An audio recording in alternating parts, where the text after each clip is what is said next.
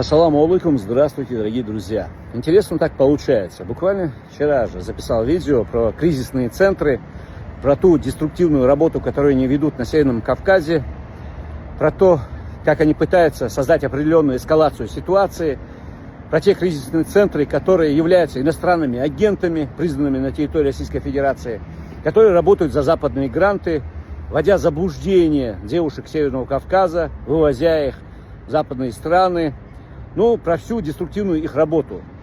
Что мне с утра стало очень интересно, они в очередной раз нанесли информационный террористический удар против Чеченской Республики. Сейчас пытаются связать смерть Баймурадовой Ашат, которая умерла на территории Армении, с Чеченской Республикой. Дорогие друзья, везде, где они пишут эту информацию, они пишут по неподтвержденным данным, по неподтвержденной информации, как и исчезновение Седы Сулеймановой.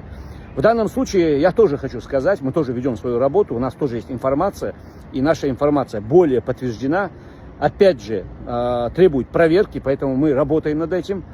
Хочу конкретно отметить, что у нас тоже есть информация, что те же кризисные центры, иностранные агенты, правозащитники в кавычках, могли и убить Айшат Баймурадовой, потому что основания для этого у них, вы знаете, очень много, для того, чтобы дискредитировать республику, опять же, связать смерть ее непосредственно с республикой, опять же, перед всем мировым сообществом представить чеченцев в таком неподобающем свете, понимаете, для этого ведется и работа. Как я опять же говорю, исчезновение Седы Сулеймановой сами вывезли, сами ее выкрали, спрятали сейчас на данный час. По нашей, опять же, неподтвержденной информации, мы ее проверяем, и теперь пытаются дискредитировать республику.